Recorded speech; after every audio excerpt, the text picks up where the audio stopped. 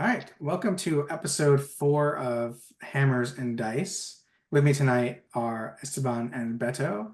Uh, Reed, unfortunately, is under the weather tonight. He's been struck down by a Nurgle, so he's not joining us. John may join us later. We'll see. Uh, but tonight we're going to be talking about a general discussion about where Heresy is right now, given that it's the 2-year anniversary since 2.0 came out. So we thought it would be Hooray! Yeah, woo! Happy birthday! Happy birthday, Horus Heresy 2.0. You that'd can be a finally good start waddling around like a toddler. opportunity to talk about where it's at right now, and also what we would like to see going forward. So, without further ado, what do you guys, what are you guys' thoughts? I mean, in terms of like where you feel like the edition is at, are you enjoying it so far? Yeah, for sure. I mean, I wouldn't be doing a podcast if I like it. Yeah, I really like where it's at.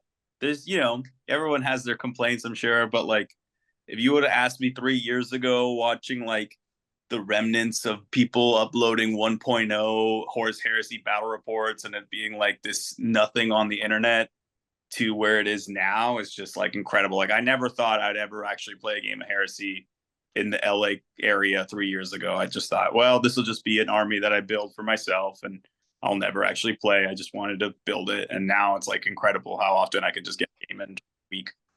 So yeah, I'm stoked on it. I've got the exact same feeling, Beto. When Horus Heresy 2.0 got announced, my friends were asking, "Hey, Esteban, should we pick this up?" And I literally and foolishly told them, "Guys, come on, let's be honest. No one's gonna play Heresy. This is for all the people who want to have plastic marines and who already have everything anyway. So don't even bother. We're not gonna get more than like a game a decade with it." And I was so wrong. Yeah, I mean, when the edition first came out, it was a struggle, I think, finding people who were also playing, who had enough units built to be able to play. Yeah. Uh, and I think where we are now, there's so many more people getting into it, like who have new armies, who are building armies for the first time, who want to come to events, want to come to just get in random games during the week.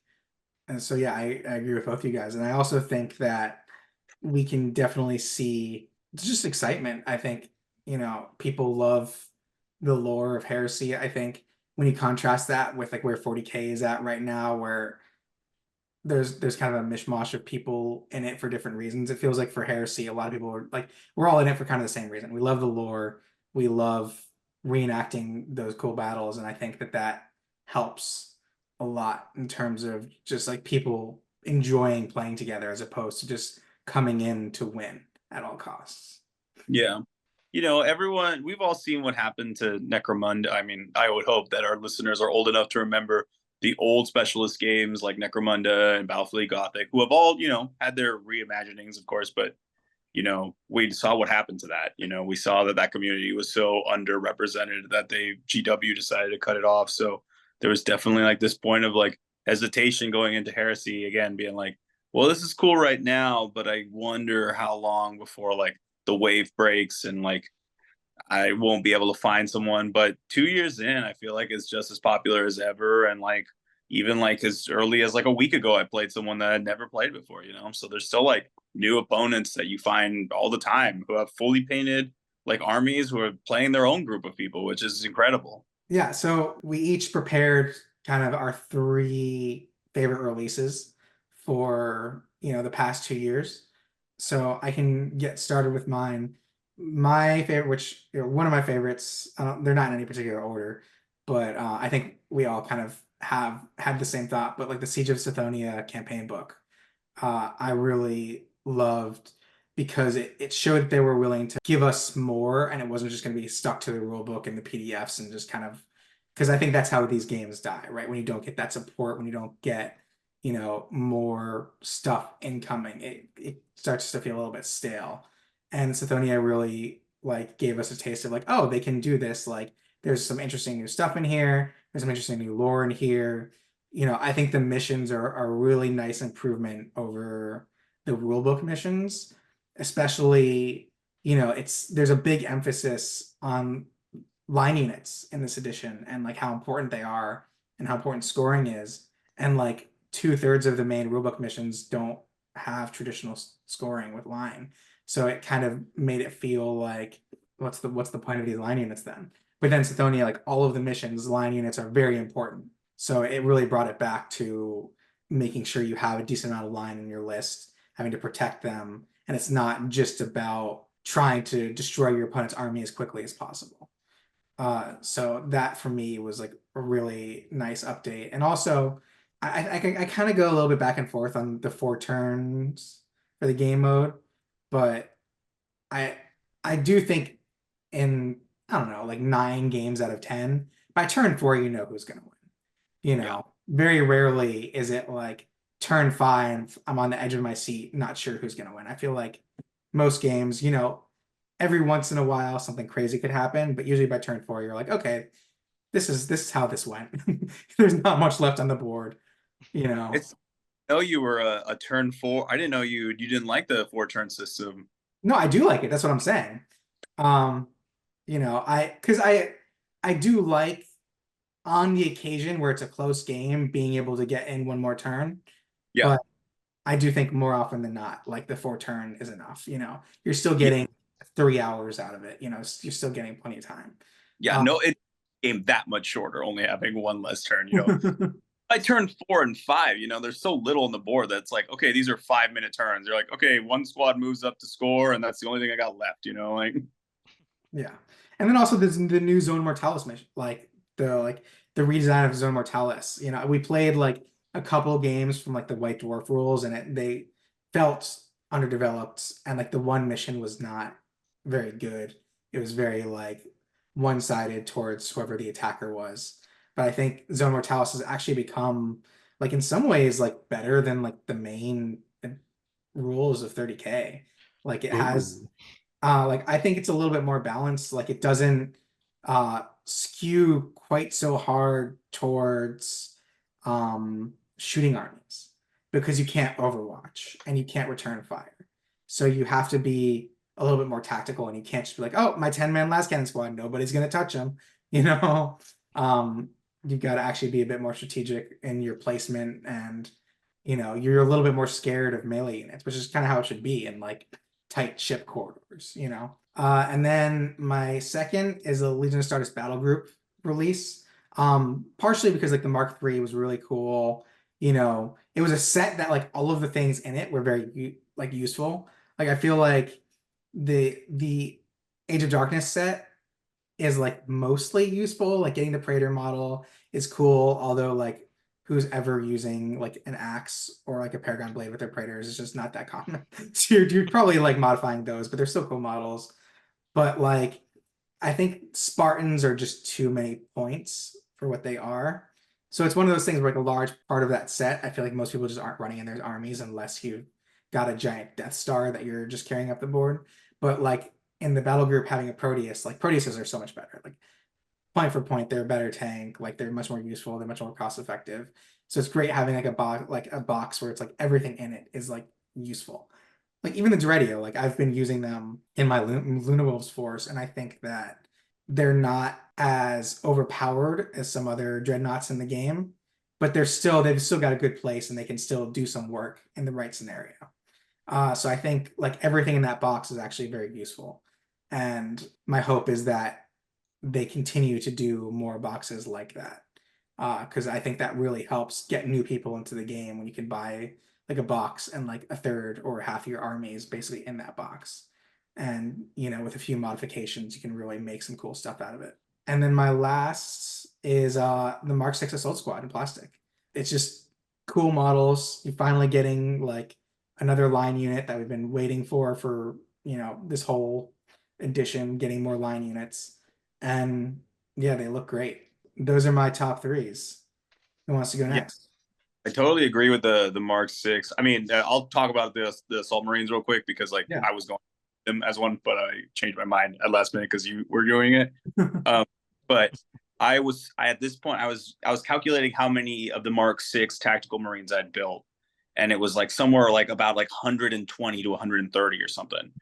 And like I am over that kit. Like I could build that kit with my eyes closed at this point.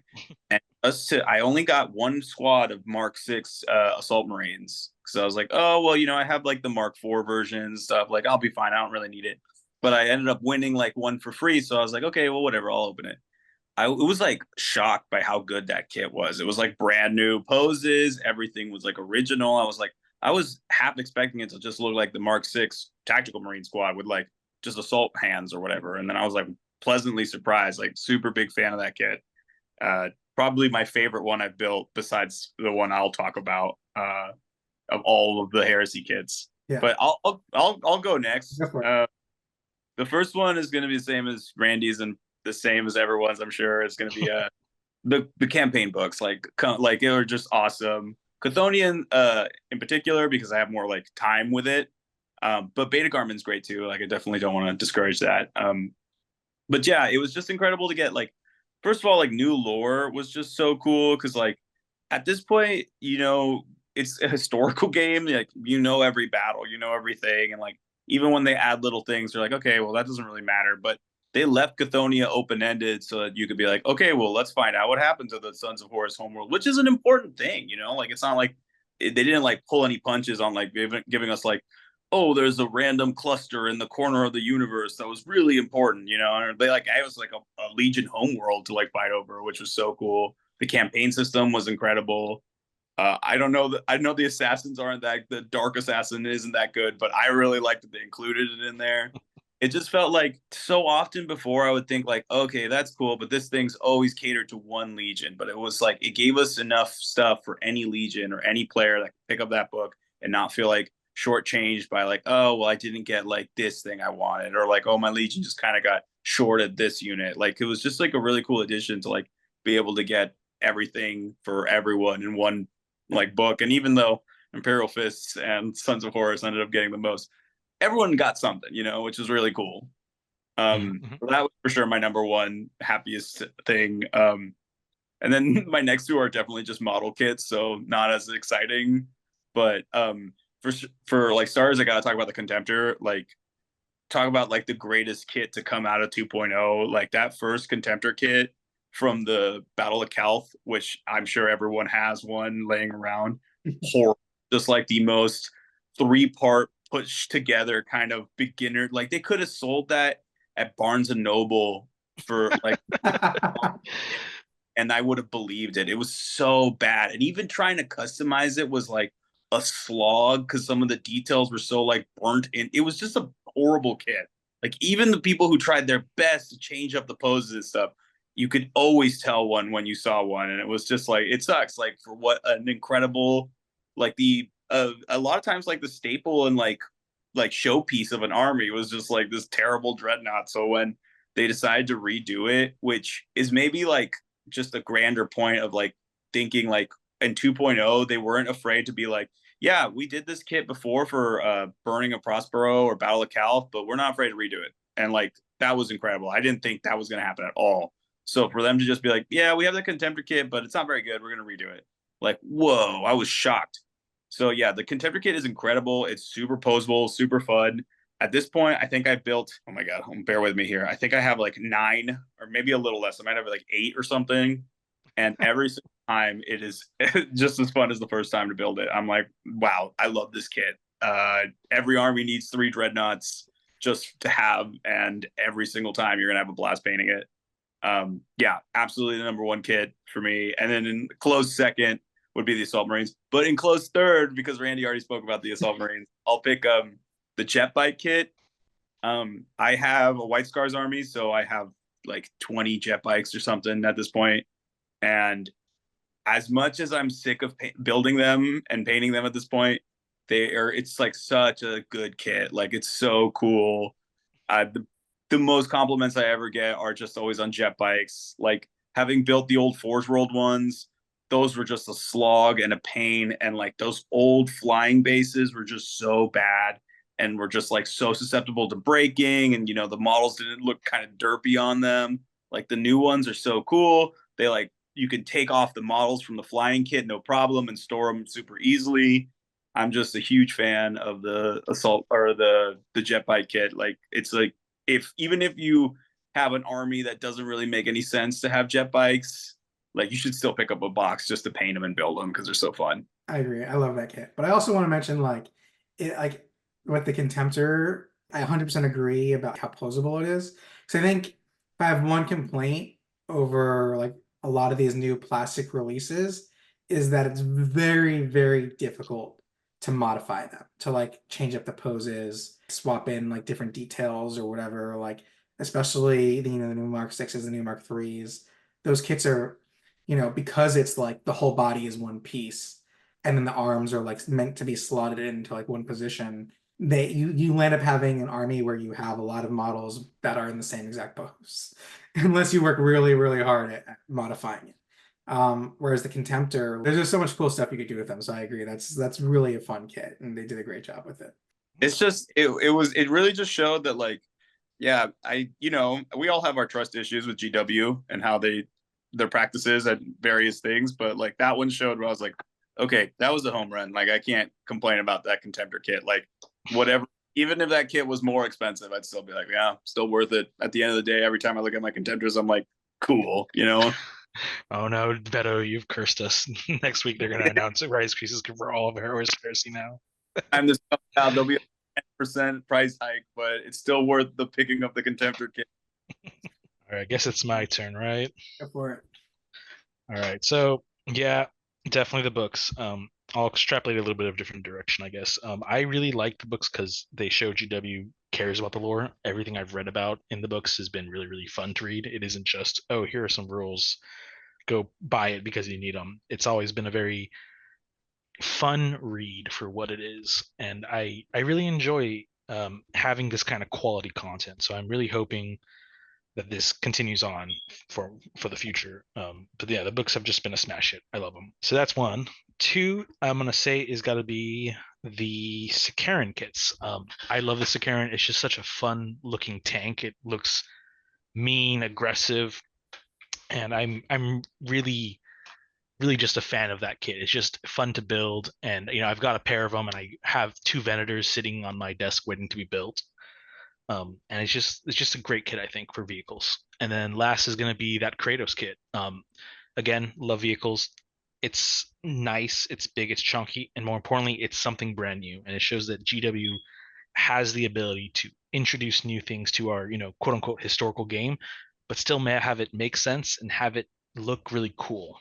And I think this has already been covered by various members in the Horus Heresy community, but I really think the Kratos was the best tank kit they could have produced, barring, of course, a plastic Warhound. Well, I think you're totally right about the Kratos too, because like, I mean, everyone remembers when during 7th edition there'd be a brand new this Space Marine kit, like this brand new Devastator guy that you've never seen before, but then they write him into the lore as if he's always been there, like this new suit of power armor that they've always been using. And you're always like, you kind of roll your eyes at it because then you're like, okay, well, it hasn't really always been there. Now I'm just expected to always have thought it was there. But the Kratos literally takes the design of the old the Sakaran kit, and makes it a little bigger. Like it makes sense that this is an evolution of the other kit. So when they introduce it like that, there's already visual continuity that I'm like, oh yeah, of course that was there. It was big enough, and this is a natural progression. So yeah, I love what they did there. And if they keep doing that, where it's not too far of a stretch from what I already know, and then introducing it in a cool way, I'll always believe it and think it's cool. Exactly. Yeah. I mean, touching on tanks, because I do think that's an interesting thing that we can maybe talk about as a bit of a critique with what's happened so far. I think pretty early on in the edition, people realized that there's a lot of weaknesses with tanks. How easily just explodable they are, shall we say. And I think that was part of the issue with a lot of the early releases being tanks. I think we can see it because obviously with GW, they don't just plan releases and do it within a month. They're clearly have a pretty extended release schedule that lasts over probably years of development. So that was, you can see they didn't anticipate themselves, which is a little bit odd, how weak tanks would be in this edition. And so when you had I feel it was a couple of months where it was one Rhino variant after another, and then we'd mix it up with a Sakaran variant, and people were like, we don't want these. We want like actual troops. It was like an interesting thing to see, but I think the nice development now is that they've seen how popular the game is and what people are asking for, and like you're seeing the troop kits now, like they're finally coming out, like with the Sky Hunters and the Mark 6s and the Mark 3s, and like we're slowly getting those empty troop slots filled in. So like we're not having to, go to Forge World and dish out like crazy amount of money for a 5-man assault squad. Or Yeah. like go get some like China casts or whatever, like they're giving us, an official nice model for like these units that like we desperately need. Yeah, I totally agree. I think it's should we shift into like the critiques of the second edition then, as like Yeah. Critique wise, what are your thoughts? well, I definitely don't want to go crazy on it too much because I'm very happy with where I am at with Heresy, and like I definitely like I'm stoked. But yeah, for sure the tanks are a big problem. Like it sucks to be like I want to take a 2-man predator, or a 3-man predator squad, and if it gets caught up in the open against a 10-man last cannon squad, it shouldn't lose every time. It can't even return fire. It can't even hurt you back if you shoot the thing. It's like completely punished for being a tank. And then even where squadrons are at, like why would you, if you could ever run 3 I don't know. Do you remember the first? So I bought like 3 Predators for my Ultramarines. The first game you and I ever played where I brought them, I remember like I had like one in the open and another behind cover, and you like did like 2 explode results. And I was like, oh, but like you can only kill the one you can see, right? no Look at the rules, like nope, you can kill it like the way it's written. You can kill both of them because that's just like it's just like a weird wording that like every other rule for other units in the game, if they were hidden, you can't kill them. But for some reason with tanks, it like spills over regardless of the line of sight on the other tank or anything. So yeah, that it's definitely made tank squadrons like very easy to squish.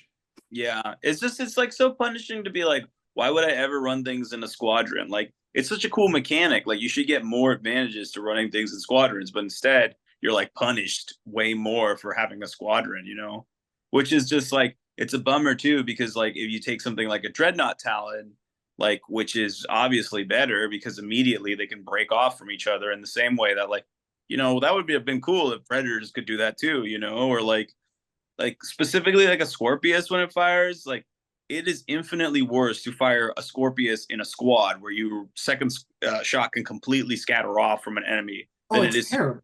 Yeah, like there's Scorpius. no reason to ever run a second Scorpius in a squadron. It's just Honestly, it should make it like twin linked or something, that there's 2 different coordinated fire going on or something. I don't know, but yeah, definitely vehicles are at such a weird place in this edition, and like slowly I'm seeing more people run them again, like that have like experienced how bad they were and then are trying to come back to them. Like I know that there is people out there still carrying the torch for them, but it's just a bummer that like some of the coolest models are vehicles, and GW knows that, but it's just like yeah, I don't know, like you'd almost 9 out of 10 times always be better off running a heavy support squad over a land rate, or over like not maybe over a or something, like yeah, well, especially because you're talking about at that point, it's like the reactions. yeah. Like most tanks don't have as much firepower as a heavy support squad does.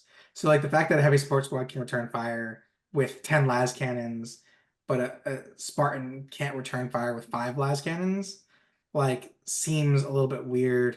I know they introduce like the character that can allow certain tanks to return fire, but it's only like predators and like the Kratos. Like it's not even all tanks.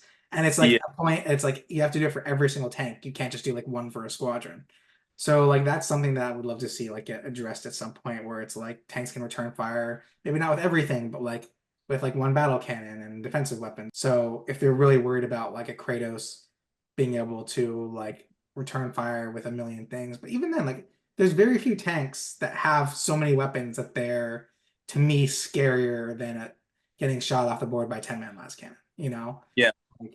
Well, maybe it's more of like, if we're talking about like fixing that, we're talking about like maybe it's more that like a unit with heavy shouldn't be able to return fire or something, like just something to limit the ability of the strongest thing of like heavy support squads which I'll put as a critique myself. Heavy support squads are just at a ridiculous place. Like, if you want to make or they have to like reduce their ballistic skill when return fire, like something. yeah, Like, just you know, something. to me that makes complete sense. Like, you're being shot at, return fire, your accuracy might not be so great, you know. Because right now they're so ubiquitous. If we're going to talk about like something that you kind of just expect to see across the table from you, like you expect to see a 10-man las cannon squad, a 10-man Volkite squad. And like I've been trying really hard to not put those in my like latest lists, but it's tough because when they're across the board from you, you feel like you almost need them to balance out the scales. Yeah, totally. I mean, just even like building my White Scars army that has like, I can't really use any of the conventional weapons that I use with like normal armies because I can't take any heavy support. I mean, I'm running the Jagorian Brotherhood, so I can't take any heavy support, and that is just a huge burden that they give this army. And you're like, I don't want to run them, but at the same time, yeah, like you were saying, if I see them across the board, I'm like, yeah, that's great that I don't want to run them. That I shouldn't have to put that burden on my opponent, but my opponent now has a massive advantage with 10 last cannons staring down at anything they want to kill. And I'm like, I only get one shroud, and if they put a master of signals with that last cannon squad, I don't even get that, Yeah, I mean that to me, like shroud feels so weak in this game. I think there's times when it comes clutch, but not nearly as many as it should because of how easy it is to avoid it. Because anything that ignores cover, anything that like has night fighting, your Raven Guard or Night Lords, like that's basically two armies that ignore all shroud saves with every unit in their army potentially. That's a tough thing to counteract. Or just like, Master of Signals, just, or like Tech Marines. Like it's so hard to not put those in their lists because they're so cost effective for what they do. Yeah. It's tough because like we're being put in positions where we have to run certain units in order to have an army that doesn't get wiped off the board at certain times. But in doing that, you're kind of just like, okay, well, I'm kind of agreeing to play as like the bad man in terms of like bringing, unfortunately, like a squad like that, or like, I don't know, like a couple of contemptors, you're unfortunately having to rely on these tools where there's so many cool units. There's so many underplayed like units. All the models are so awesome. It just sucks that I've never seen anyone run a Venator. I'm like, where the hell are the Venators? Where are all these, like, where's the standard Sicaran? Like, I don't see them. I see people paint them beautifully, but then when I play a game, I'm like, I don't think I've ever played it against a regular Sicaran, just like a vanilla Sicaran. I never even seen it. Like I have one for my Imperial Fist that it only got painted, and then it was like, all right, on the shelf with you. I'll see you later. I'm never gonna use you. Yeah, I mean, at least you have the excuse that your heavy support squads are lined, so it's like not just I mean, it's tough because like there is legions like Imperial Fist or like Death Guard who get like benefits to their heavy support squads, and it's they become like troops, I think, right? Yeah, enticing you. It's being like, hey, you want to take more of these? You're like, all right, well, the legion I got Ultramarines too, like our Rite of War, being able to re-roll, like to get like twin linked on like all of your weapons in your Rite of War. If you're if you're infantry, it basically excludes all tanks. So it's like pushing you to have more shooting infantry squads. And again, it's like in part of the meta. Like I think it's not as abused now as it maybe was at first. I do think people aren't running 3 heavy support squads. They're running like maybe a las cannon squad or a Volkite squad. In most lists, you're not seeing an extreme with that, which is nice. But that's and we've talked about this before, but that's like one of the nice things about the community is like we're not building lists to just destroy our opponent. Like we're building lists that like are themey, and like it's themey to have like a heavy support squad in your list. It's not necessarily themey to have 3 of them, but that's something I've always critiqued when people hide behind the lore in order to get away with like, oh well, Death Guard would have a lot of heavy support. I'm like, yeah, maybe, but it's more than just the lore at times. It's more than just, oh well, Raven Guard would have only heavy supports because they didn't really have any tanks. I'm like, yeah, how convenient that it's also the greatest unit of the whole time. Like yeah, which is another good like thing. Again, we're coming down to like balance between the legions. I mean, not even, like, it's just like a plain fact. Some legions are just better than others. And I know that that's kind of unavoidable. Like there's always going to be like, because you want each legion to feel a little bit unique. You don't want them all to be the same. So like inevitably some legions are just going to have slightly better rules than others if everybody's got unique rules. But one thing that I would like to see in the future is like balancing out some of the harsher, like really good rules or rights of war. You know, like toning them down or getting rid of some of those rights of war that are just like really punishing for an opponent. And then also, you know, for some of the legions that have weaker rules, like something maybe giving them some stronger rights of war, or like something that like buffs them up and kind of like, you know, balance things out a little bit, just so you're not like if you're playing against an Iron Hands player or like Imperial Fist player or Ultramarines, like you're not feeling like it's an uphill battle just because of what their Legion rules give them, you know, Yeah. which like, it definitely feels like that sometimes right now, where like if you know, like I've only played a few games with my like with the Luna rules, with the Sons of Horus rules, but I very much feel like when I'm playing certain legions, their rules are just better than the Sons of Horus rules. Or like even Yeah. like with the Thousand Sons, like they're like so I'm like okay, like I have to be really strategic because point for point, my army is just not as good as their army. So you have to be like a little bit not gamier, but like you have to. I feel like you almost have to try harder against certain lists than others, you know. Yeah. I guess when I'm like, this isn't a critique as much as it is like something that I wish was available in the core rule books. And I'm sure this can be like included, jumped into what I'm hoping for in the future for the game. But just like you were saying, like some rights of war are so tough and so hard to crack. I wish that every legion got more rights of war. Like, Yeah. stop giving me a book where I get inducti and start giving me a book where it's all legions get 3 different rights of war that are new to the legion, just so that there's new fun ways to build my army. Because like it sucks that Ultramarines only get 1 right of war. Yeah. Like that was And the only way they ever fought. You know, like it yeah. just it sucks. You know, like And don't get me wrong, like it's a great right of war. But yeah, like I I want to want be like I like one of the reasons I stopped playing my Ultramarines is I'm like, well, like I can only ever play them this one way because this is my only right of war option. You know, like it's you know, I would love to see some other like themey rights of war for like the Ultramarines that kind of let you branch out a little bit and don't feel like you're like, oh, I got to do this again. You know, yeah. and same thing with a lot of the legions. Yeah, and I know that goes back to like balance and like I'm sure if they release an all right of war like PDF or book, it will re-break the rules in some weird way, and I'm fully aware of that. And I think that there's always going to be a level of imbalance in heresy, and like there's just no way to fix that. Like I just don't believe that there could ever be a balance game that's based on selling models that are cool and new things that you're ever going to get 18 legions to be fully balanced with each other, you know? And that's Yeah. okay.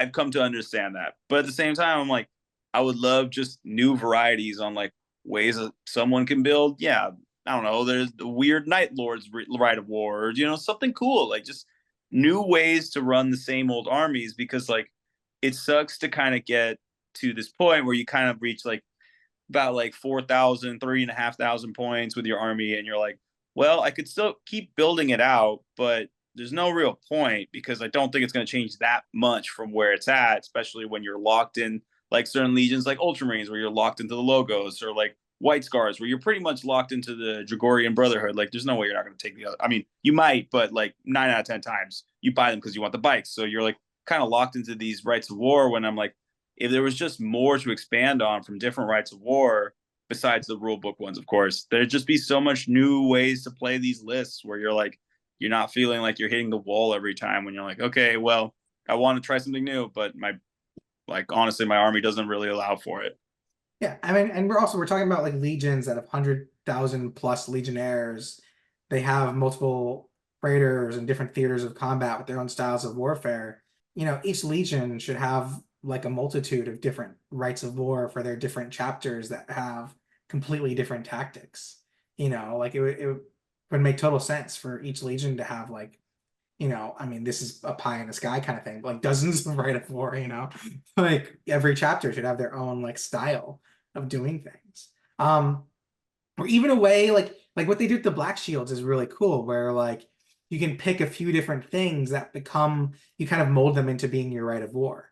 Like Yeah. that could be a really interesting thing where it's like for each legion, they have potentially like 10 modifiers and they can pick 3 of them so that you can make like you can customize your own rite of war for the legion, something like that, where it's like they don't have to come up with like a million rites of war, but like they give you enough like pieces where you can put together your own and like allow for like your own fluff with your company that you're creating. Yeah, I agree. Just like, they come out with all these cool new units in the PDFs at times, and you're kind of like, it'd be really cool to have with that unit, like a rite of war that really like homes in on the Ultramarine Nemesis squad that they make such a big deal about. Or, like there's these cool ideas that they have just kicking around that you're like, well, I really wish they did something with that. But yeah, that I'm sure that's a complaint that they get. I'm sure they have a stockpile of reasons why they don't do it. So, to move on from our critiquing session, we each put together 3 things that we would like to see going forward. So I guess I can start. So for mine, I really want to get some more plastic units, like especially the basic line troops. We need the breachers, we need the despoilers, we need recon squads, getting those in plastic because those are very, popular units. And like, yeah, the breacher rules aren't the best, but they're cool. And some legions, they're very themey. So being able to like get those in plastic and being able to build out like larger armies with them without having to pay like a crazy amount for Forge World resin would be great. And then, in that same vein, my second one is like plastic melee weapons. Like I know we just got the command squad upgrade, which is great.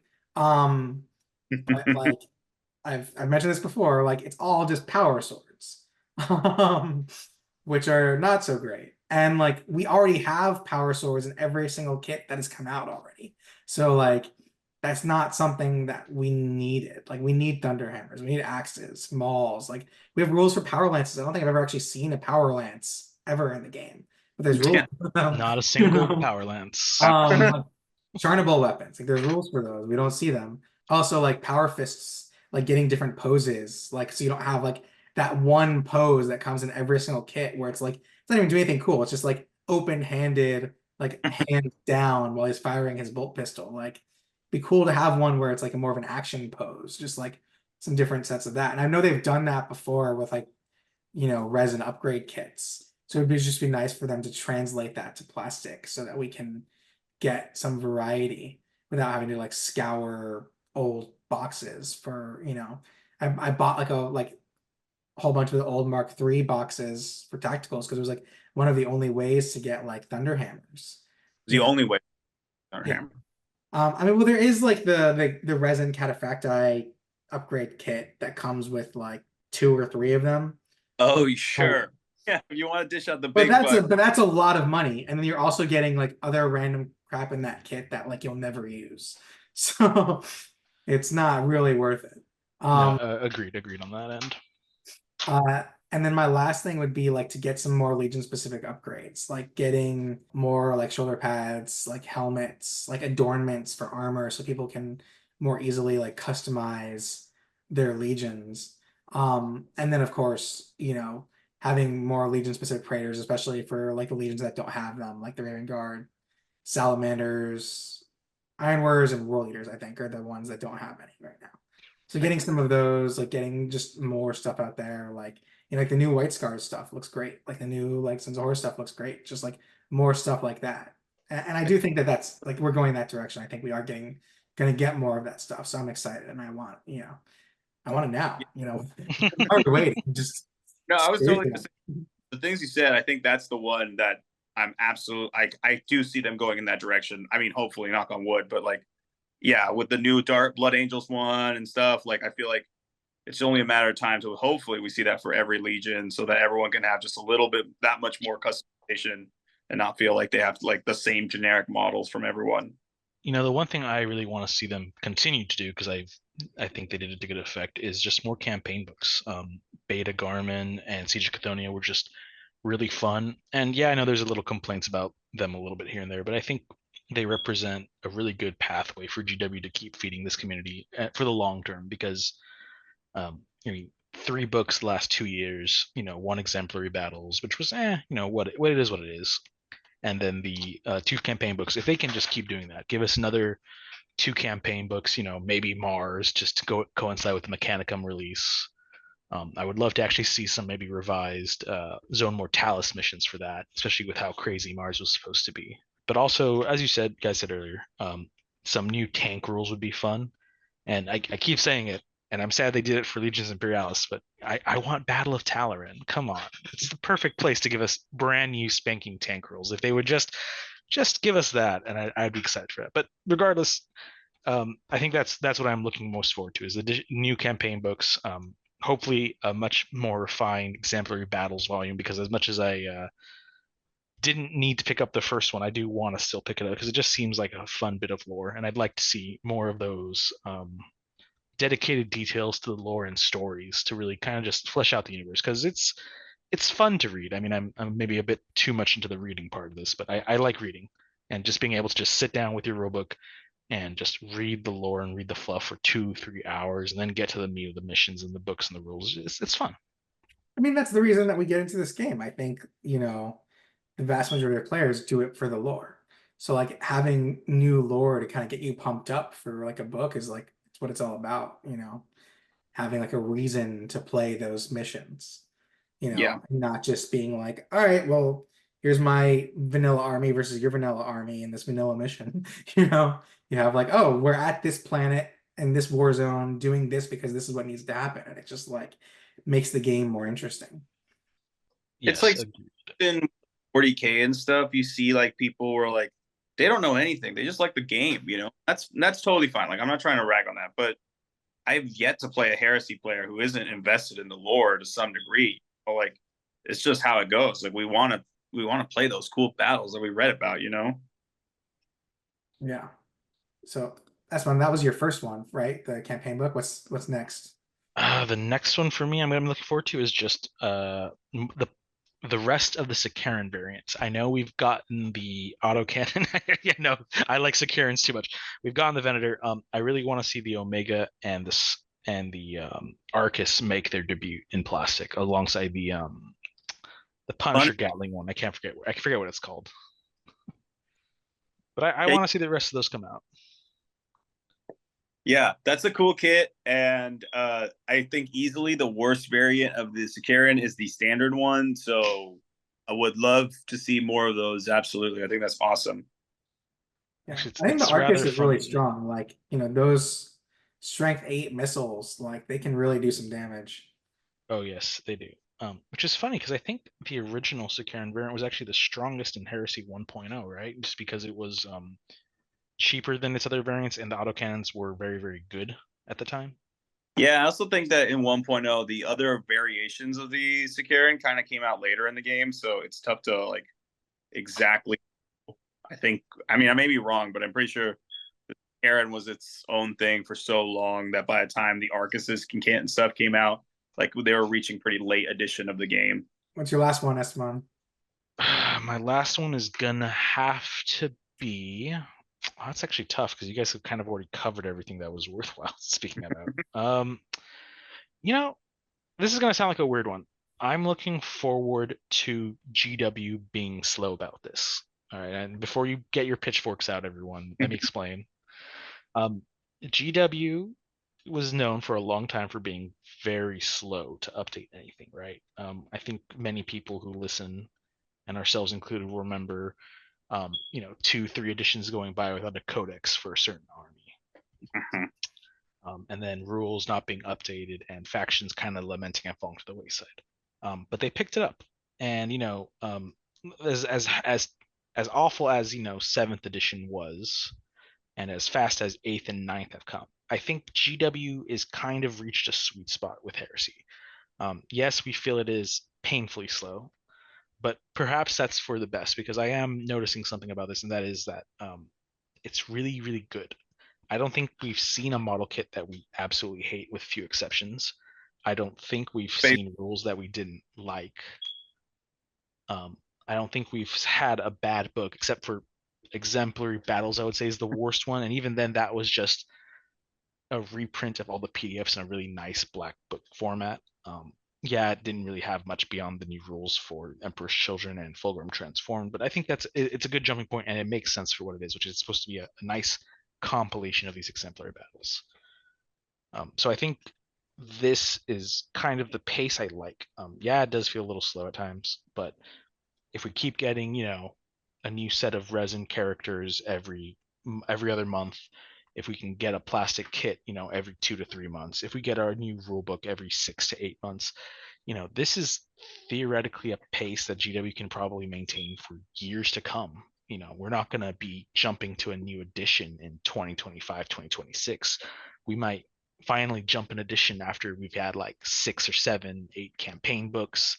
Everyone's gotten Praetor models. We've gone through a whole series, and maybe Heresy 3.0 comes out in 28, 29.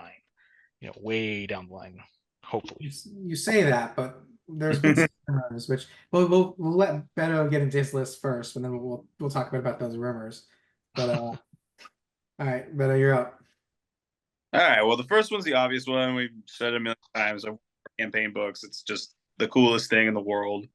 Who doesn't love all the campaign books? I think, for a community of hate, we are a hateful community. Yes, yes. Spiteful we are. Yeah, we very Black hearts. Quick to things. Nobody hated all the campaign books. I think everyone was excited about those. And I, as much as I hated the LVO announcement, or it wasn't LVO, it was Adepticon announcement where they're like Mechanicum, and then it was just a short clip. I'm like, well, that's still hopefully a campaign book with that, so I'll forgive them if that's the case, So yeah, definitely looking forward to new campaign books. I know you already touched on it, Randy, but definitely upgrade kits for specific legions, upgrade kits for just ways to get your Praetor to be more individual. I know you can always buy the resin ones, but so many people build their own specific Praetors. Most of the time that I see someone running a Praetor, it's a custom version of one that they've built themselves, and I would just love to have GW be able to provide just the necessary parts for if you want to run your Iron Warrior Praetor as this custom model you make, you should have all these cool little bits to be able to do it yourself. And I think that would be just a slam dunk. Yeah. And the final thing that I really, really would love to see is every single mainline Mark armor be in plastic. That's a huge one. I love the Mark IV Space Marine kit. Is maybe my favorite of the kits, even showing its age now, 10 years old or whatever. But it's just I love that look on Space Marines, and that's my favorite Mark. Yeah, it's just so cool. It's and to me, when I think of Heresy, that's what it looks like. And I would love them to just get that bulk upgrade to see them in as the same height as the new Mark IIIs or Mark VIs. And further than that, I would love to see a Mark II kit and even a Thunder Warrior kit. And I know the Canon Police will come after that one, but it doesn't have to be a whole army. It could be a special character. It can be like a Custodes versus Thunder Warriors box set. Yeah. Oh my God. That I would buy that campaign book. That would be awesome. Yeah. That might make for a better board game, honestly, limited edition release. Well, you would just lose. It should be and then as soon as the Custodes come, you're just absolutely massacred. The game starts and you've already lost. Yeah, you're gonna lose from the beginning. It's just how little can you, how many can you make it out alive or something? It'd just be cool. I just would love to see. I think before we started recording, Esteban was saying how they did that old kit where it was every single mark of Space Marine as just a collector's edition. You could have oh, here's a cool Mark II and here's a cool Mark III. I would love that, but in plastic, just to be able to see those model kits. Specifically Mark IV, wouldn't mind Mark II. I would love Heresy armor. Oh, whoa, that would be so cool with all the studs and stuff. But like I said, we'll see what happens. I think that's where they're heading towards. I mean, I can't imagine they would make Mark III and not have any plans to make any of the other marks. But, I've been surprised by the stupidity of GW in the past. So, I'm not going to hold my breath for any of that stuff. Yeah. Well, the rumor going about right now is that there's going to be a box set with Mark II.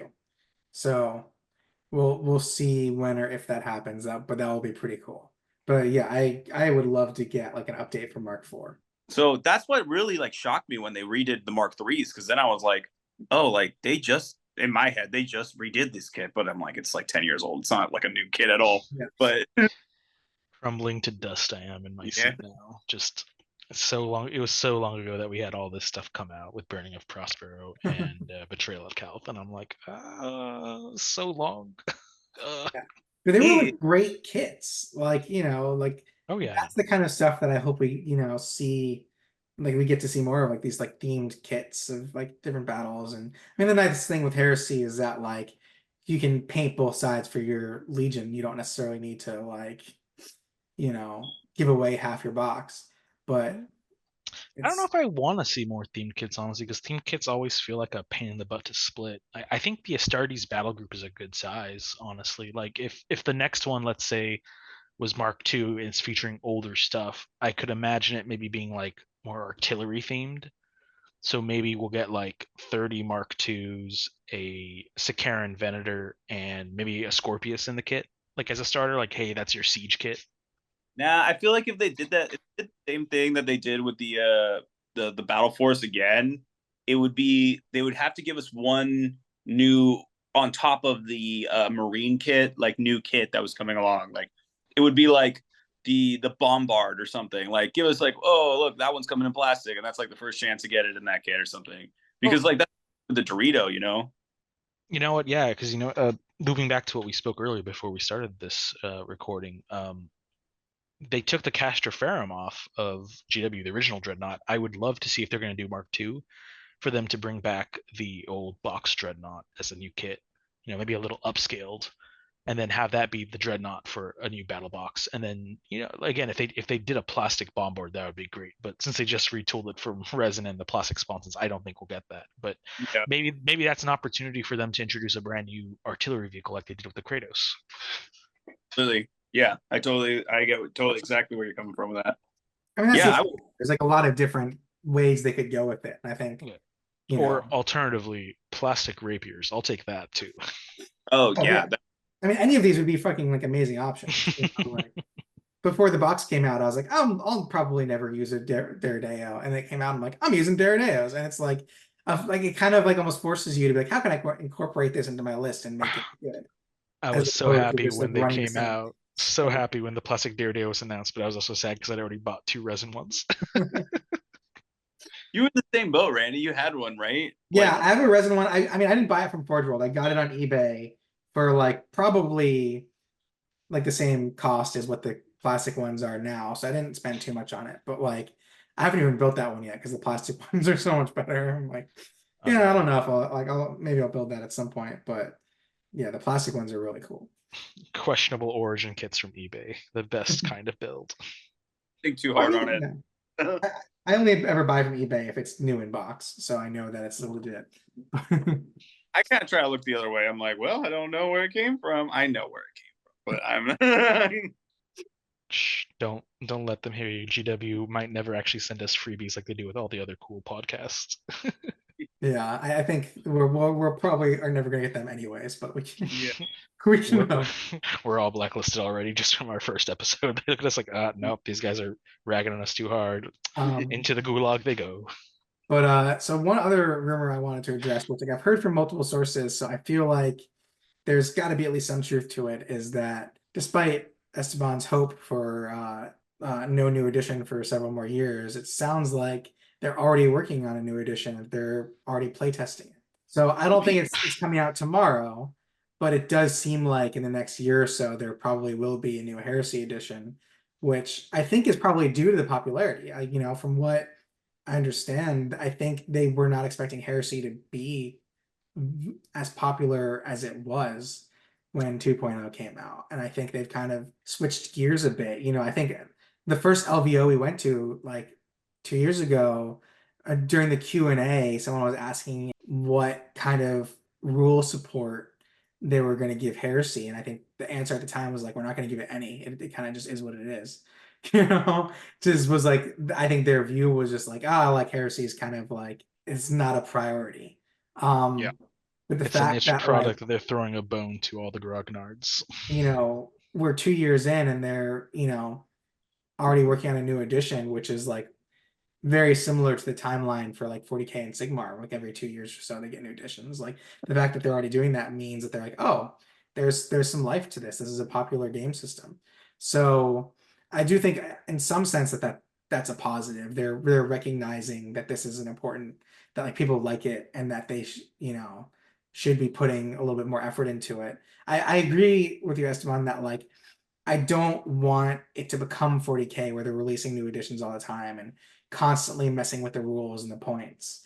That being said, like, we discussed this already this episode, like there's issues that would be really nice to be addressed. And it's awesome that the community has done their part to a big degree to like mitigate a lot of them. But it'd be really nice to see some like official responses, like, not even just to like rules where certain things are overpowered. There's just some rules that like are just not clear. Like the way they're written, the way they're worded. There's so many things where it's just like they could be interpreted so many different ways. And we've come up with like how many situations in game where we're like, well, what's the rule here? Like, how is this supposed to work? Because it's just not worded clearly. And so that kind of stuff would be really nice to be addressed. My hope is that they don't, again, like I didn't play 1.0, but from what I understand, they basically took everything that was really strong in 1.0 and made it really bad. So like I hope they don't do that with this next edition. I hope they like hear the complaints, but they don't go like overboard. Like I would love it to like instead of just like, oh, the Imperial Fists are just garbage now. Like just make it a little more balanced. Like you don't need to absolutely neuter them, but maybe just remove Stone Gauntlet. Bitter. Look, I'm gonna say this. I don't want a new edition. I really don't.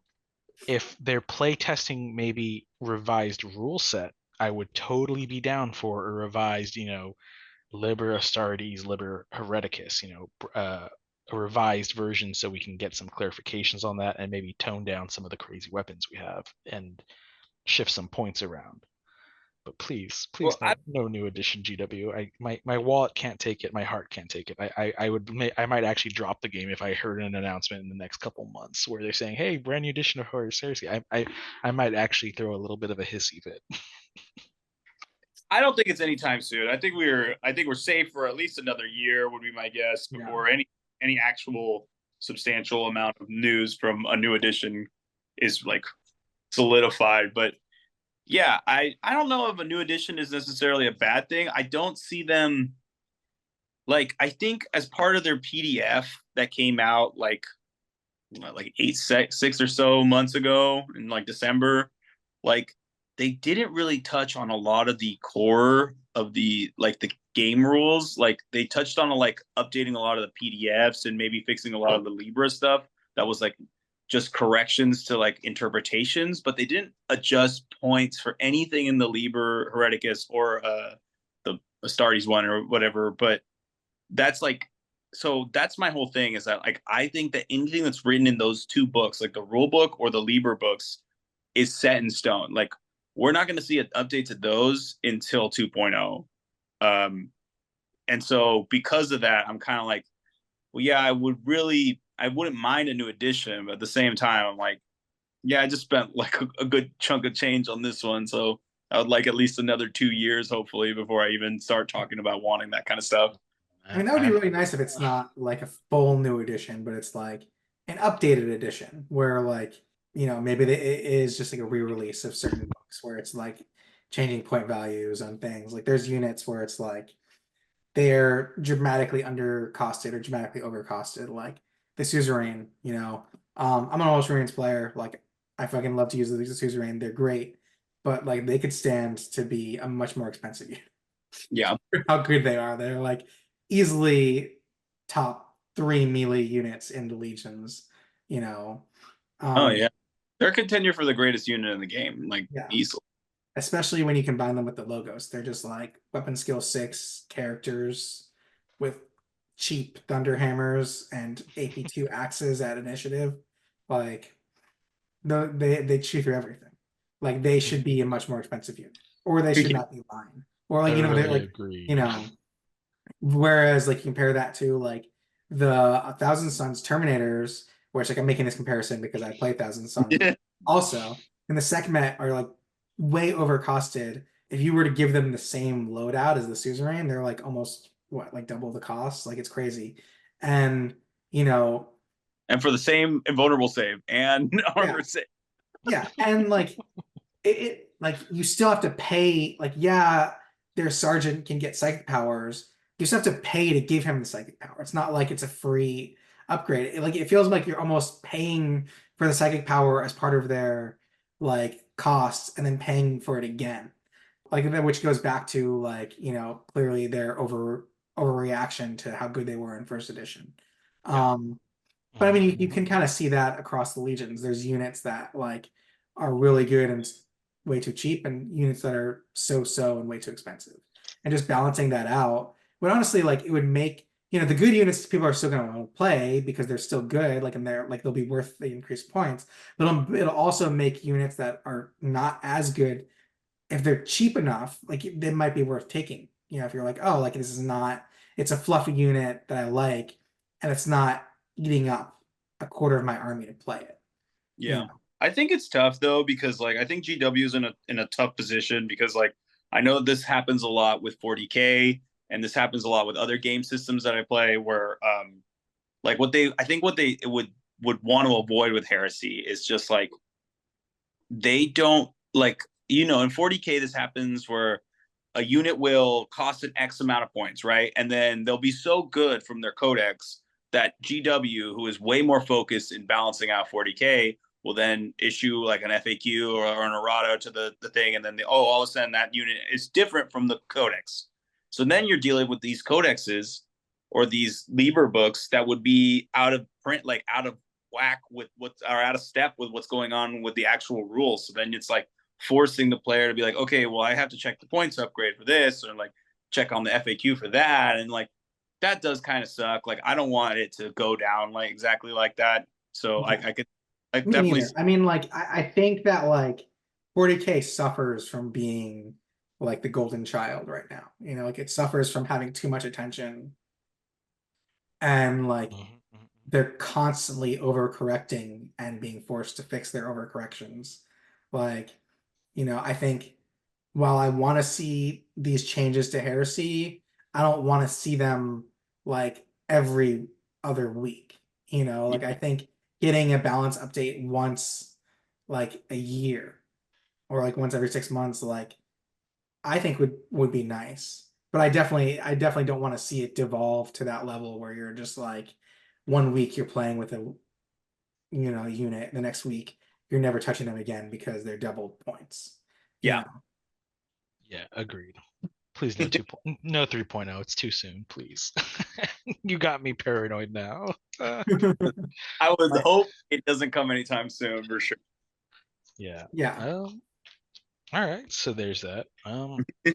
We'll see. I mean, like I think it won't be anytime soon because like again, I think they've recognized that Heresy is popular, but they also the vast majority of their resources, especially right now, is going to be devoted to the Sigmar release, which is coming up soon.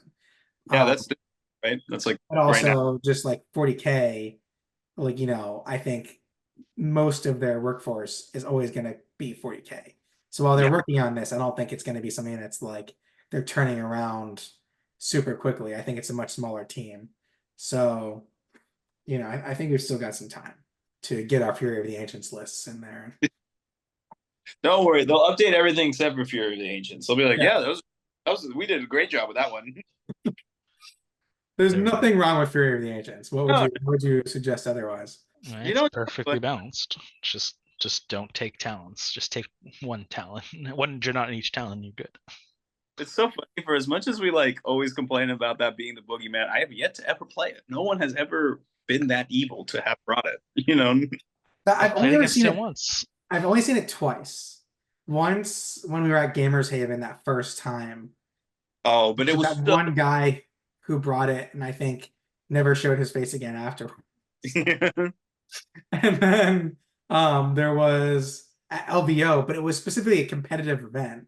So like he wasn't trying to like be cheesy. It was literally just like, all right, this event is specifically for bringing the cheesiest, strongest list you can think of. So I'm like, in that context, it's perfectly appropriate to bring a Fear of the Ancients list. You know, I mean, I would like to play against one, like, but I would have to like know in advance and basically tailor my list against it. You know, like, Yeah. I'd be up for that challenge, but I wouldn't want to just like show up to a random game and be like, oh man, 20 dreadnoughts. What?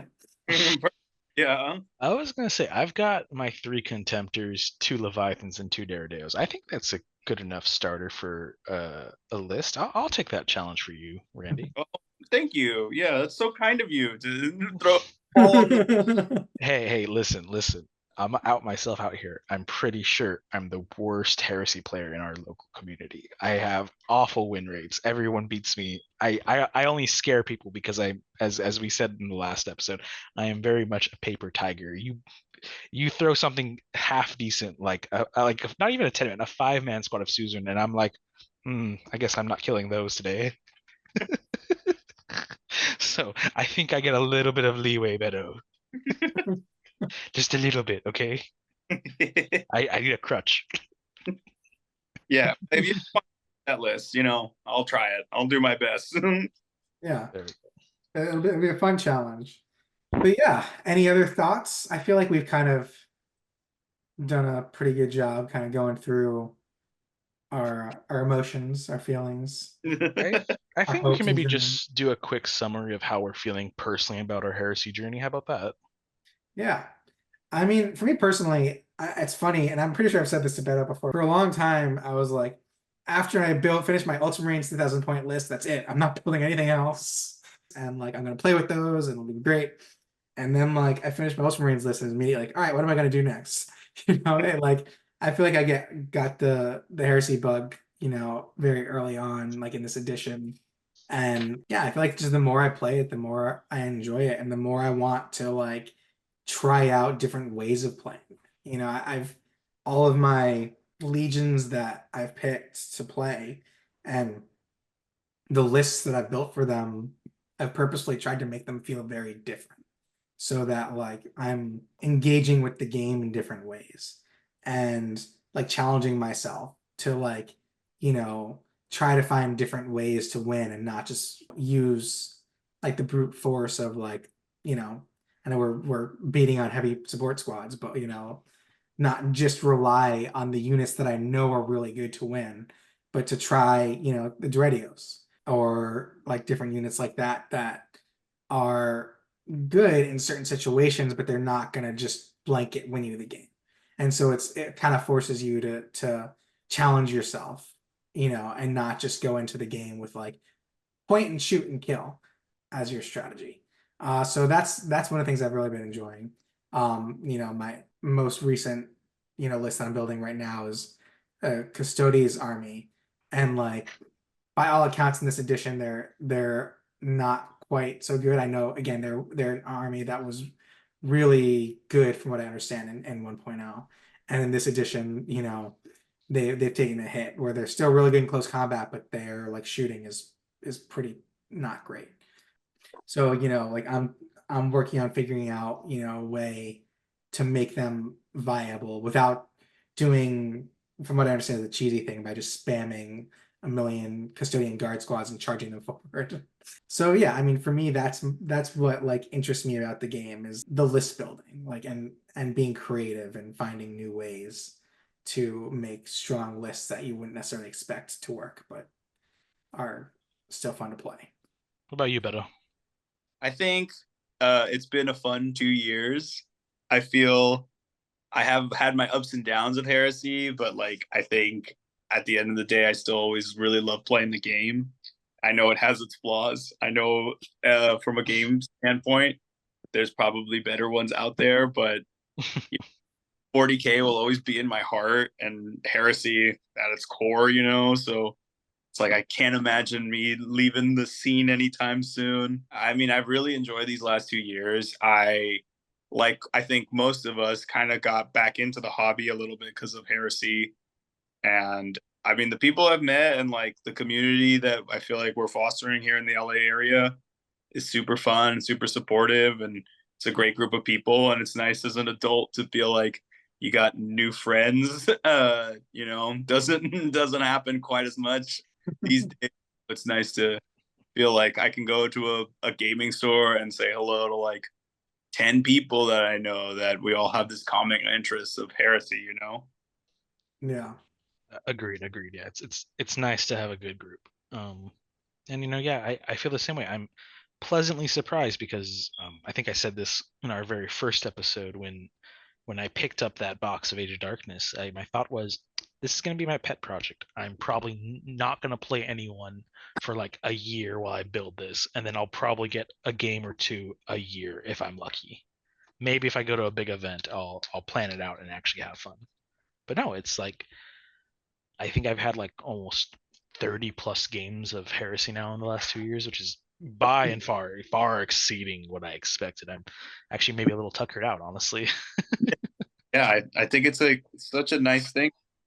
I never in my, as a kid I played 40K, and I really, if I actually think about the times I played a game, I bet it was like far less than the amount that I played Heresy these last 2 years. I bet it was actually like I played 40 games in the entire like 5 years. I'm sure that I because it was such an event, and you would go to a store, you'd hope to find someone, and like nowadays it's just so much easier to like get on a like Discord or get on a chat and be like, anyone want to play today? And then 3 or 4 people could be like, yeah, I'm free this day, or I can do this day. Oh yeah. Oh yeah, no, absolutely.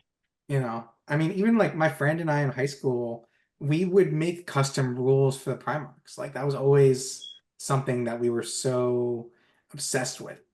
Like the heresy and the Emperor fighting Horus and the epic scale of it all.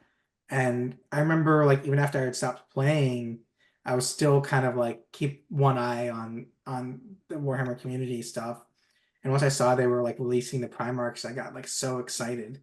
Even though I wasn't playing, I still was like excited to see them and just to see where that went and to be able to jump back into it after, I don't know, 20 years almost is pretty cool. And like to be able to like, I just like look back like if I was like my high school self saw like the armies I was building right now, I would have been like so jealous, I'd have been like so excited to like see these units and like this like rule set and like this universe that we're playing in and yeah, it's just really awesome. You're giving me flashbacks now to high school because I remember playing with my friend, like I think it was fourth or fifth edition. We just cleared his family's tabletop, and it was Guard versus Necrons. Vases were trees and towers, and we had random shoe boxes and everything.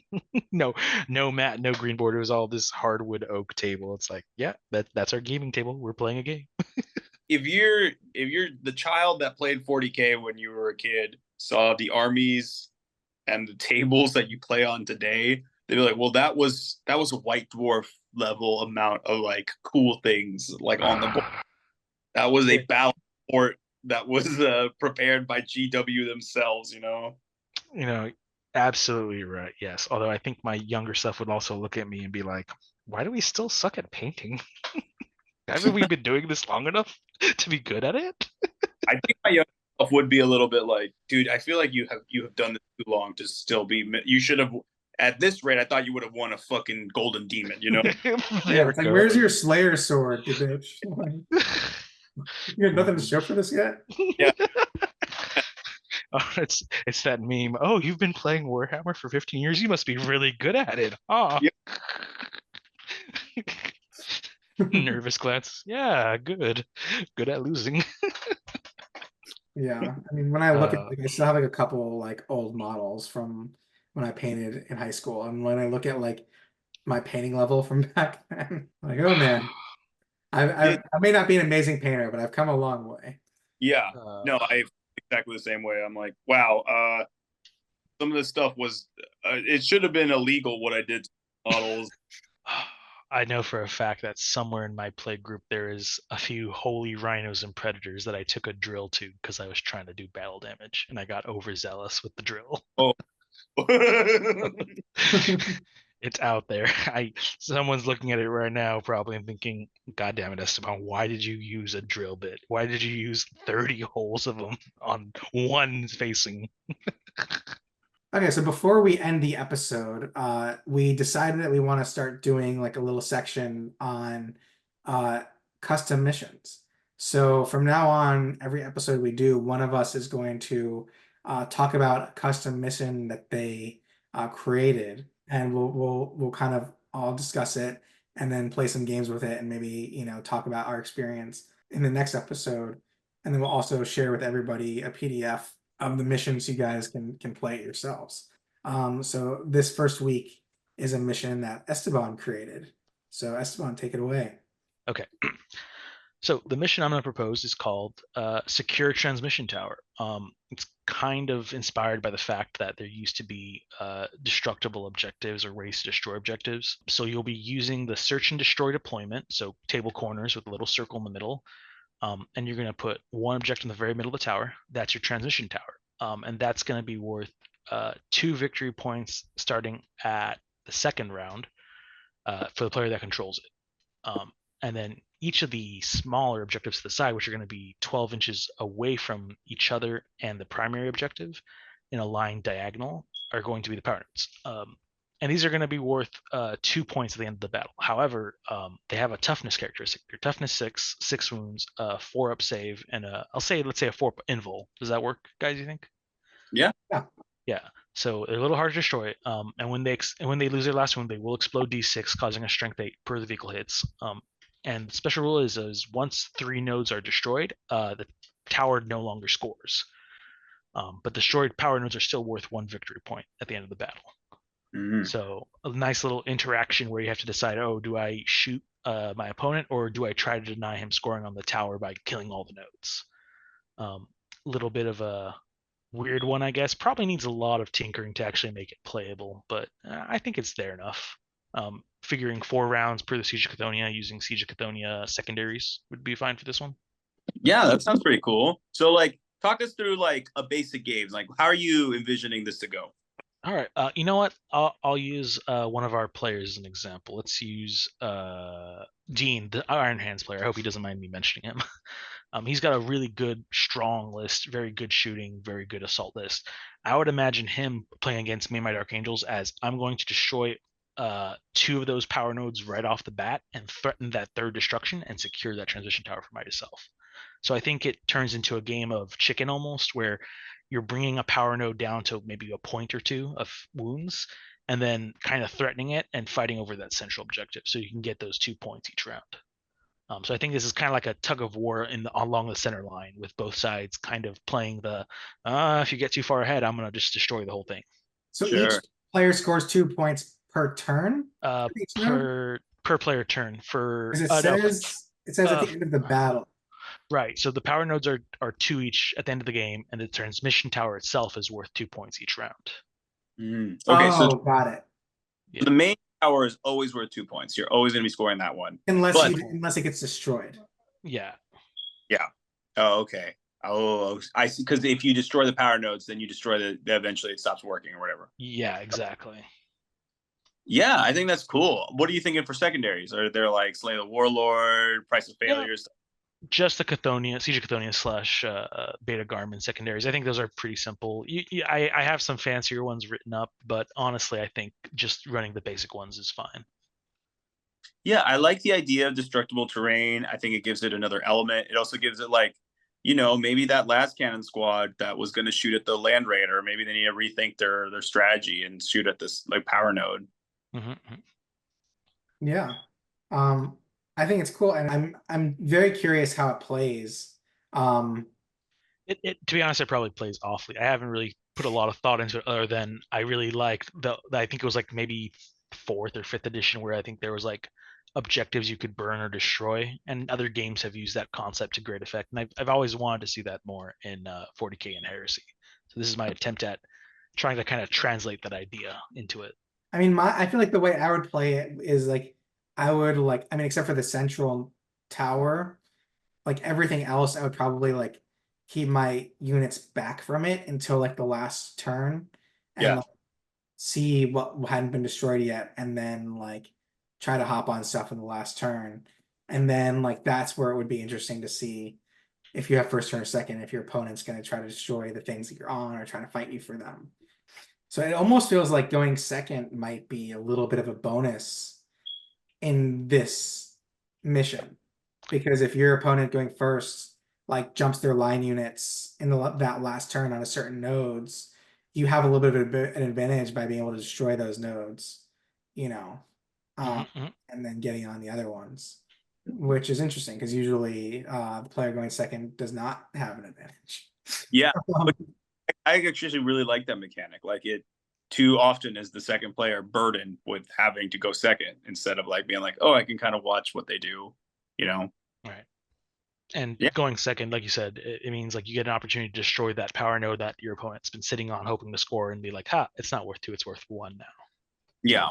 And of course, if you've maybe got overwhelming firepower, you're like, let's just destroy all the nodes and make it a bloodbath. Yeah.